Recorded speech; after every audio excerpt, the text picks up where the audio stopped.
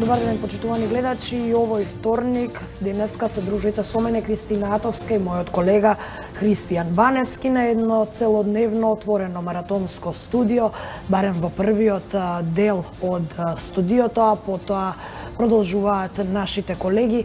Денеска во фокусот ќе ги ставиме повторно младите, односно студентите, дали може би се пресликува онаа слика од Франција, Албанија, сега и во Македонија. Денеска протестираат тетовските студенти, а на теренот е нашата колешка Искра Опечевска, која ќе ја слушнеме за кратко. Баневски повели со најавите што друго ќе гледаме денеска, а потоа да ја вклучиме Искра, бидејќи жестоко е таму на теренот. Така, почитувани, добар ден и од мене. Пред да ја вклучиме колешката Искра, кој што најавивме, еве што друго ќе гледате во текот на денот нашата програма. Почнуваме со колешката Искра Опечевска, која што се наоѓа во Тетово и која што ќе ни ја пренесе атмосферата од студентските протести, кога што можевме да слушнеме до овој момент. Атмосферата е прилично жестока и студентите се жестоки во она што го бараат како нивни барања, а потоа ќе погледнеме прилог за состојбата со новинарите и за тоа колку подотоците од прилогот на колешката Ива Трајковска, колку новинари годинава биле убиени и за тоа каква е состојбата со новинарските и медиумските слободи и права, а секако она што од денеска го најавуваме и ќе стане пракса на Студио 1 е тоа дека ќе оставиме отворени линии во текот на цело во ова студио и во одредени делови кога ќе го побараме вашето мислење, односно кога ќе повикаме да се вклучите, ги очекуваме вашите коментари преку телефонските броеви кои што ќе бидат испишани долу на екраните, а кои што ќе ги повториме. И ние тоа е што се однесува до првиот дел до 14 часот и 30 минути, кога всушност ќе почнат и вестите, првите вести во склоп на Студио 1, а потоа во 15:20 се враќаме повторно јас и колешката Атовска со Димитар Замовски, програмски координатор во Младинскиот образовен форум, со кого што ќе разговараме исто така на темата за студентскиот стандард, односно тема која што е поврзана со актуелните барања на студентите, но и оние податоци кои што го покажуваат како тие живеат и како всушност функционираат секојдневно студентите кои што се иднината на нашата држава. Веќе во следниот блок по вестите и кујната на маја, кои што се околу 16 часот, веќе во 16 часот и 45 минути се враќаме повторно ние со колегата Дејан Андоновиќ и анализа на настаните од регионот и светот, а потоа со Стефан Борозан, Димитар Нарашанов и Мајкл Марковски ќе разговараме за рагбито во Македонија, малку една порелаксирана тема, пред да го најавиме забавниот дел кој што почнува со возење со Вучич, а потоа во 18 часот и 15 минути колегите од Ексклузив ќе ви ги представат најновите информации од светот на шоубизот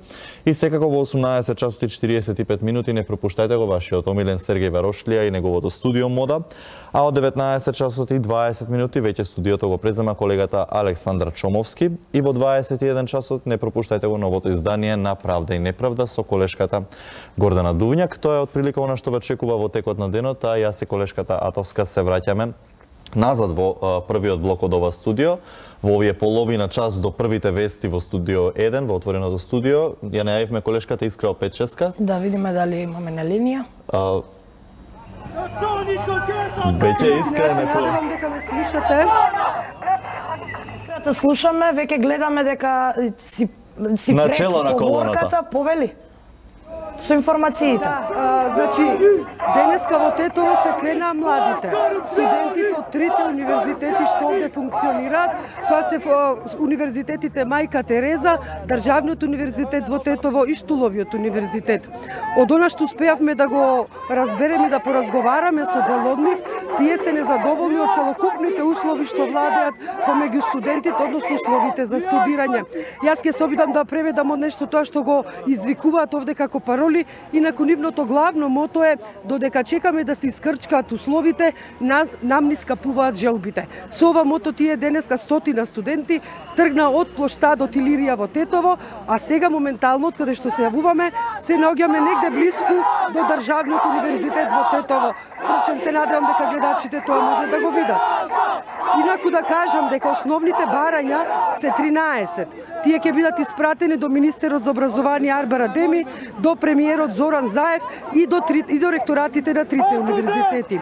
Меѓу позначајните барања се оние крај на непотизмот, ревизија на финансиското работење на универзитетите, немешање на партиите во изборот на наставен кадар, исто така она што загрижува згрижува што тврдат студентите дека се случува на универзитетите во Тетово, тоа е дека професори нуделе непристојни понуди на студентки во замена за оценки. Тие бараат тоа да сопре. Од другите барања исто бараат да се забрани условувањето на купување на книги од одредени професори во замена за потребниот потпис. Исто така, студентите, дозволете ми само бидејќи преведувам, тие барат исто така проверка на академските титули на наставниот кадар, односно како што велат тие проверка на плагијатите. Тие тврдат дека има плагијати на универзитетите. Во таа смисла се барањата 13 на број. Еве, може да забележите дека зад мене веќе се нестрпливи студентите, сакаат што побрзо да стигнат до Државниот универзитет во Тетово и да ги достават нивните барања. Христо е отприлика тоа што се случува овде во Тетово, ако има прашања, повелете. Така, Искра, според бројноста и обемот на студентите кои што се излезени на протест, навестува ли ова едно поголемо протестно движење на студентите налик студентскиот пленум и поголема организација за исполнување на нивните барања? Да, Кристијан, ние се обидовме да го побараме организаторот. Прашавме кој е организатор на овој протест, меѓутоа луѓето со кои што разговаравме ни кажаа дека организатори има, се разбира, но не ќе да излезат јавно или барем не излегоа кога беа прочитани барањата на плоштадот Илирија овде во Тетово, бидејќи како што ни кажа студентите не ќе да бидат изложени на политички притисок. Тие тврдат доколку би излегле во јавност ќе бидат подложени на политички притисок. Инаку на барањето што го држам во рака во моментов е подпишано, барем како што можам да преведам, движење на студентите на Македонија. Така се барем подпишани на ова парче хартија што ни беше поделено нам новинарите, а во кое што се содржани 13 барања. Ние ќе се обидеме да ги најдеме организаторите, дали ќе сакаат да зборуваат пред камера, ќе видиме, и секако се разбира ќе отидеме по изјави и во ректоратите на универзитетите. Само уште едно прашање пред да те оставиме да го проследиш до крај протестот. Дали може би се забележуваат и професори на терен? Дали некој од нивните професори излезе да ги поддржи? Не, ние додека од утрово сме во Тетово, нели, додека се подготвувавме за овој протест, се обидовме да прошетаме и по универзитетите, да ги прашаме и студентите, нивните колеги кои што не го поддржуваат овој протест, или да побараме можеби дали имаат поддршка од професорите. За сега професори не видовме, а од оние студенти што успеавме да ги анкетираме, ни велат дека ги поддржуваат своите колеги студенти што протестираат, меѓутоа не сакале да губат настава, па затоа денеска не им се придружиле на протестите. Искра, ти благодарам што ни ја пренесе сликата од Тетово. Ти остануваш да го проследиш протестот до крај. Секако во наредните информативни изданија те очекуваме и со поголем извештај. Ти благодарам до сега. Баневски, практично сите барања, колку што можевме да забележиме, се во насока на ослободување на политичкиот притисок. Така, и бидејќи Искра читаше од, предпоставувам, барањата на албански, мислам дека е подобро да им ги прочитаме 13 барања на нашите гледачи, кои што преведени веќе, да не се мачиме како Искра, иако секоја чест за нејзиниот извештај од таму, мора да признаеме. Инаку, како што се наведува во најавата за протестот, објавена во рамките на направениот настан на Facebook со наслов "Протестирај со студентите", студентите од градот Почара не планираат да бидат во зимски сон. Тие во најавата, меѓу другото, повикуваат на напуштање на предавањата и протест за иднината, како на сегашните студенти, така и за иднината на децата. Под фотографија на која пишува "Ние сакаме молив и тетратка, не сакаме насилство", наведени се 14 барања и првото барање се однесува на прекин на условувањата за купување книги, она што го спомна и Искра, за потпис од професорите. Да знаеме дека неколку факултети има таква што е пракса и на УКИМ. Субвенционирање или отстранување на плаќањето на 8-неделната пракса од страна на универзитетот, која што изнесува 50 евра, субвенционирање на плаќањето на професионалната екскурзија или нејзино отстранување како задолжителен предмет, намалување на тарифата за странските студенти за 50%, објавување на статутот на универзитетот и извештајот за евалуација кој студентите го прават за професорите да биде на страницата на универзитетот, подобрување на основните услови во лабораториите и предавалните, што е едно од круцијалните барања за изведување на практична настава, прегледување на академските титули и верификација на плагијатите, едно навистина интересно барање, бидејќи до досега мислам дека студентите не се дрзнале, ако можеме да речеме, мислам и да нужно побараат. во оваа состојба, бидејќи ја знаеме каква е состојбата и колку многу доктори на науки и магистри сме продуцирале во последниве неколку години. Така, понатаму осмото барање вели ревизија на земањето академски титули на секој професор на раководна позиција, дали бил почитуван законот, времето кое треба да помине од една титула до друга и научните трудови на приватните и државните универзитети. Ќе се извинувам, Баневски, што ќе те прекинам, меѓутоа овде мора да напоменеме дека ова барање се должи на очигледната состојба дека во изминатите неколку години многу личности, многу функционери беа фатени всушност со лажни дипломи. Овде ќе го споменам и Атанасов, поранешниот директор на Водовод. Околу неговата лажна диплома исто така се крена многу голема галама во јавноста. Освен тоа име професорот Влахов Мицовчи, што научен труд исто така е оспорен. Меѓу другото, но еве за прв пат гледаме едно официјализирано барање за ваква ревизија. Понатаму вели девето департизација на универзитетот, отстранување на политичките партии од универзитетите, кој е статусот на студентскиот парламент, она што можевме и да го разговараме со нашите гости од студентската организација без иако нели не се исти организации, сепак има се чувствува недостатокот од студентско организирање и вели дали тој функционира како независна организација или пак е под ингеренции на универзитетот. И токму на оваа тема ќе разговараме со нашиот гостин веќе во следниот блок од Радио МОВ. Практично така еден цел студио посветено на студентските проблеми. Понатаму вели 11-тото барање, годишните плаќања од страна на студентите за студентските сојузи, колку од тие средства во една година им се враќаат на студентите. Исто однесување од страна на професорите кон сите студенти, независно од роднинските, пријателските или фамилиарните врски, што исто така особено интересно барање, имајќи ги предвид околностите. Одстранување на професорите што се осудени со судска пресуда за некое кривично дело и ставање на крај на дискриминацијата на жените и нивното условување со безобразни акти во замена за оценка, што мене ме изненадува, бидејќи исто така овие барања се прилично храбар исчекор, според мене барем, бидејќи досега никој не се осудил вакво нешто да стави на хартија. Сите барања им беа во насока на своите партиципации и услови, меѓутоа ова веќе се сериозни барања за целокупниот образовен проблем систем. И по-сериозен проблем за кој што погласно се зборува, така што да се надеваме дека студентите ќе успеат да се изборат за своите барања. Инаку да потсетиме дека самите студенти наведуваат дека овие протести се поттикнати по примерот на протестите во Тирана, кои што исто така земаат голем замав. Но околу студентските протести и студентскиот стандард ќе зборуваме малку подоцна, тука ќе направиме еден пресек со прилогот на... Тука би сакала да го повикаме и делчето од Лука Максимовиќ Бели, кој вчера гостуваше кај колешката Нета Кочишки во низината емисија Лица. Сработи за еден многу интересен лик кој навистина крена фама во соседна Србија. Тој се кандидираше на председателски избори практично од шега и стигна до второто место.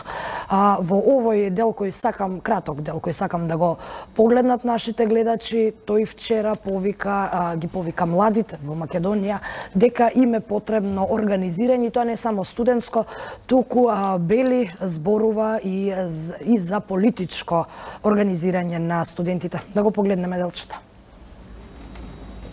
Mislim, ja apelujem na mladi u Makedoniji da se organizuju, da prave svoje pokrete, da prave neke ovakve slične priče, bez obzira što će neko reći to je kopija. Nema veze da li je kopija ili nije kopija.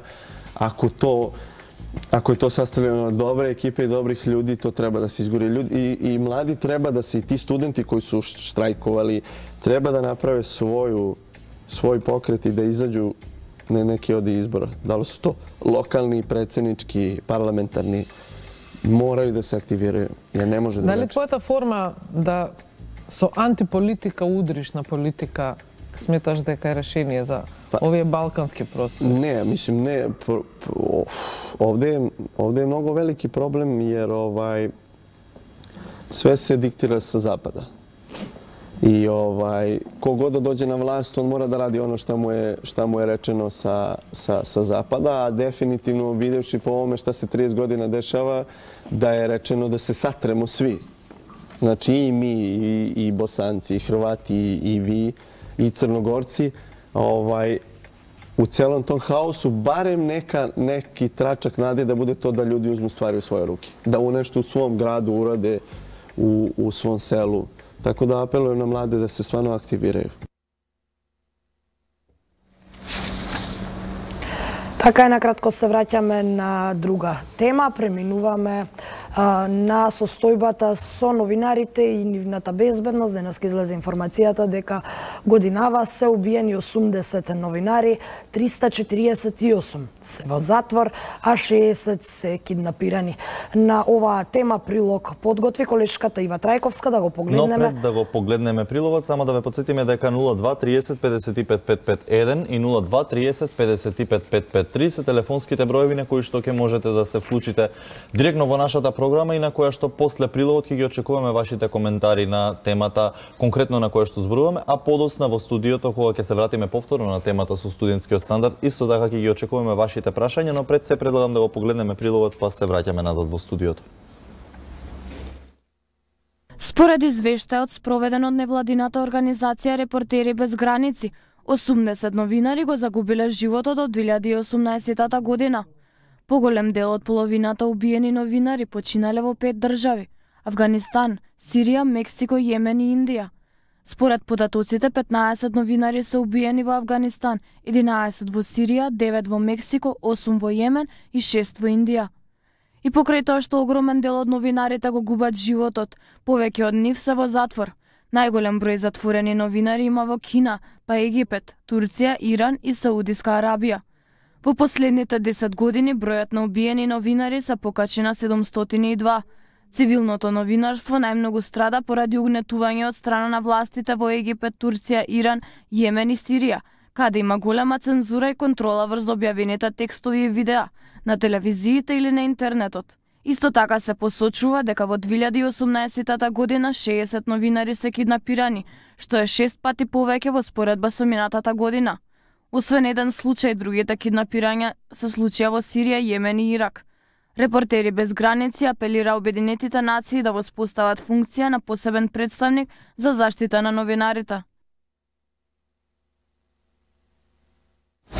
Така е, новинарските здруженија и ширум светот, но и кај нас постојано апелираат да се подигне безбедноста на новинарите и условите во кои тие си ја вршат својата работа, особено на оние места како што се протести и сите останати настани со безбедносен ризик. Како што веќе кажав, постојано се апелира на подигнување на безбедноста на новинарите. Во меѓувреме, нашиот министер за внатрешни работи вели дека сите напади на новинари од 1 јуни 2017 година до денес се разрешени. А за среќа и нашата земја не се спомнува меѓу овие кои што се спомнаа во прилогот на колешката Ива Трајковска. Само да го земеме во предвид и фактот дека нашите новинари можеби не одат надвор од своите граници во таа мера да известуваат од кризни подрачја или пак од жаришта, можеби токму на тоа и се должи. Но состојбите ниту кај нас, да, не се сјајни. Ова според последниот извештај од здруженијата, конкретно од ЗНМ, кое што сега има ново раководство, но старото раководство имаше извештај во кој што вели дека новинарите во Македонија работат во небезбедни услови. Вели се тепани, киднапирани, навредувања, институциите не успеваат да казнат ниту еден од насилниците. Ова го покажал извештајот за 2017 година, тоа е практично за минатата година, иако за која што го тврди. Иако полицијата вели дека се расчистени, но подрасчистени можеби претпоставам сваќаат, подразбираат на утврдени исторители, но не и санкционирани или казнети. Така што имаме, мислам дека еден гледач на линија кој што ќе го вклучиме во оваа прилика и го очекуваме неговиот коментар. Ало, добар ден, дали може да ни се представите и повелете во програма сте? Добар ден. Повелете ве, слушаме. Добар ден. Ме интересира, онака сега се вклучив, па го видов коментарот на овој гостинот во вчерашната емисија на Колчишки. Што е поентата, мислам, на тој издвоен сегмент од целиот разговор, дека нешто Запад сака да не сотре младите да се организираат, тоа не го сфатив. Дали тоа беше интериорно? Тоа беше во контекст на тоа дека младите сами треба да се организираат и да се оттргнат практично од политичкото влијание. Тоа е мало делче што го издвоивме во контекст на денешната тема, иако целосниот разговор кај колешката Кочишки можете да го погледнете и на нашата веб страна и на нашата Facebook страница. За да би ве замолил доколку имате коментар, да не го споделите. Затоа што беше, ало? Да, повелете. Само сакам да кажам дека беше издвоен оној дел каде што тој гостинот повикува на тоа младите да се организираат Да, тоа беше во контекст на денешните протести. Тој смета дека треба да се организираат младите, па дури и политички. Да се спротивстават на влијанието на Запад кој сака да не уништи. Буквално така беше, не знам што треба да ви значи, дали тоа нека уредувачка политика. Јас ви предлагам да го погледнете целото интервју. Тука би ве замолил тоа што го пуштивте, вие да го погледнете и да видите каков контекст му дава на вашата. Дали имате вие некаков коментар за она што сега се случува во Тетово? Пријатно. Мислам дека го имаме веќе следниот гледач и тој би бил последен за овој сегмент, доколку може да го вклучиме. Мислам дека се исклучи следниот гледач, а ние тука веќе сме некаде и кон крајот на овој блок. Да, во иднина би ве замолил доколку имате конкретен коментар да се јавите или да споделите конкретно мислење, но доколку имате само празни обвинувања на сметка на тоа каква конотација се добило на одреден дел кој што бил емитуван во оваа емисија, сметам дека тоа залудно би ни го трошило времето и нам и вам. На овие телефони и овие конкретно линии се отворени за вашите мислења и коментари, а не за несоодветни обвинувања. Така што тука би се одјавиле некаде и ќе го препуштиме студиото на колегите за вести. 14 часот и 30 минути, останете секако со нас и не пропуштајте го следното издание на вестите на 1 ТВ.